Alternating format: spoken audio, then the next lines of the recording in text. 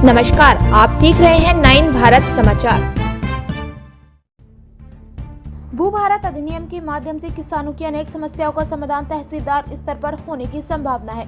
इस अवसर पर बोलते हुए मंत्रियों ने कहा, अपने चुनावी वादों के तहत कांग्रेस सरकार ने कहा था कि वह धरनी अधिनियम को बंगाल की खाड़ी में फेंक देगी और इसी तरह उसने धरनी अधिनियम को बंगाल की खाड़ी में फेंक दिया और भू भारतीय अधिनियम लागू कर दिया। उन्होंने कहा कि पायलट परियोजना के तहत 4 जिलों के 4 मंडलों के 4 गांवों का चयन किया गया है और किसानों की ओर से आने वाले अनुरोधों पर गांव में ही ध्यान दिया जा रहा।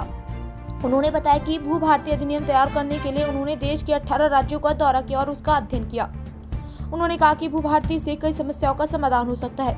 उन्होंने कहा कि वे कानून और प्रक्रियाएं बनाकर 100 दिनों के भीतर समस्या का समाधान करने के लिए कदम उठा रहे हैं। उन्होंने बताया कि 2 जून से भू भारतीय अधिनियम राज्य भर के शेष मंडलों में भी लागू कर दिया जाएगा। उन्होंने कहा कि वह हर काम में पारदर्शिता बनाए रखते हुए किसानों के किए गए इंदिरा राज्यम वादे को कायम रखेंगे। तेलंगाना वरंगल 9 भारत समाचार से कैमरामैन महेंद्र के साथ अक्रम की रिपोर्ट।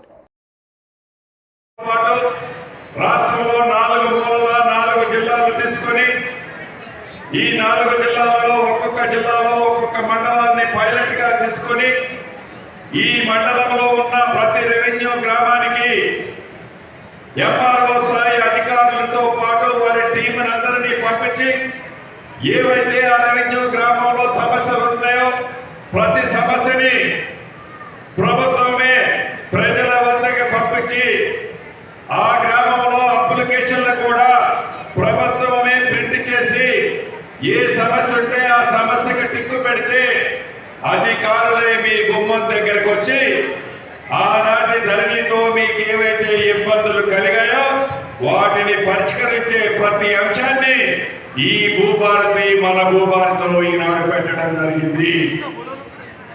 ఈ 4 మండలాలలో 4 జిల్లాల్లో ఏవైతే మోడల్గా మనం మొదలు పెట్టామో ఎందుకు సీనన్న 4 ఎందుకు పెట్టారు, రాష్ట్రం అంతా ఒకేసారి పెట్టొచ్చు కదా అని కొంతమంది నన్ను అడిగిన సందర్భాలు కూడా ఉన్నాయి।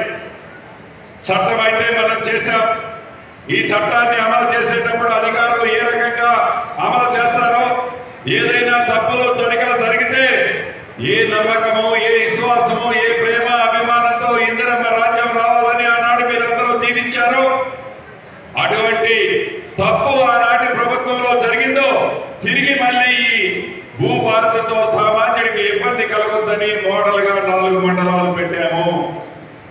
ఈ 30వ తారీఖుతో ఈ 4 మండలాల్లోని అన్ని రెవెన్యూ గ్రామాల్లో వారి వారి సమస్యలన్నింటినీ సేకరించడం జరుగుతుంది। ఇప్పటికే తుది దశకు వచ్చింది। రేపు సాయంత్రానికి అన్ని మండలాల్లోని ఈ 4 మండలాల్లోని అన్ని రెవెన్యూ గ్రామాల్లో సమస్యలని సేకరించడం జరుగుతుంది। అవన్నీ కూడా ఇందులో క్రోడీకరించిన తర్వాతనే ఈ భూభారతి చట్టం బయటకు వచ్చింది।